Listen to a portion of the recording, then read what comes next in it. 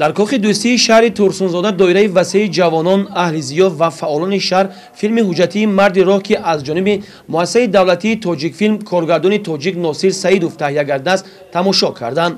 бояд гуфт ки филми мазкур дар бораи заҳматҳои шабонарӯзии асосгузори сулҳу ваҳдати миллӣ, пешвои миллат муҳтарам Эмомалӣ Раҳмон ва халқи тоҷик дар ҳамаи шаҳру навоҳии кишвар намоиш дода шуд. дар ҳақиқат дар филм фарҳанги сулҳи тоҷикон ва сулҳу суботи имрӯзаи Тоҷикистон ифодагари орзуву ормон ва нияту мақсадҳои наҷиби мардуми шарифи кишвар, дастоварди истиқлолият дар арсаи ҷаҳонӣ шӯҳрат ёфтани мамлакат инъикос ёфтааст. мо он филмро тамошо намуда як таассуроти хубе барои худ гирифтем.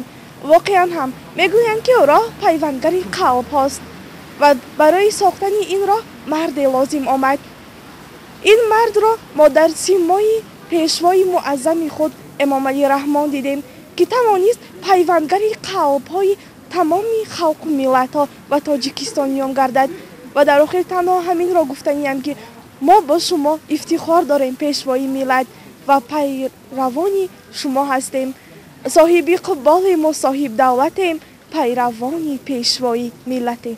шукргузорем аз он ки имрӯз дар фазои кишварамон сулҳу амонӣ ҳукмфармо буда давлати соҳиби истиқлол дорем. ҳамзамон ба бахти мо худованд сарвареро ато намудааст ки ҷони худро дариғ надошта ба мардуми ин сарзамин сулҳ оварданд. тоҷикон баъд аз 1000 сол соҳиби давлат шуда пешвои воқеии худро дар симои фарзанди бонангу номуси тоҷик Эмомалӣ Раҳмон дарёфтанд ва дар атрофи ин марди шариф ҷамъ омада барои таҳким бахшидан ба сулҳу ваҳдат ва истиқлолият саъю талош меварзанд.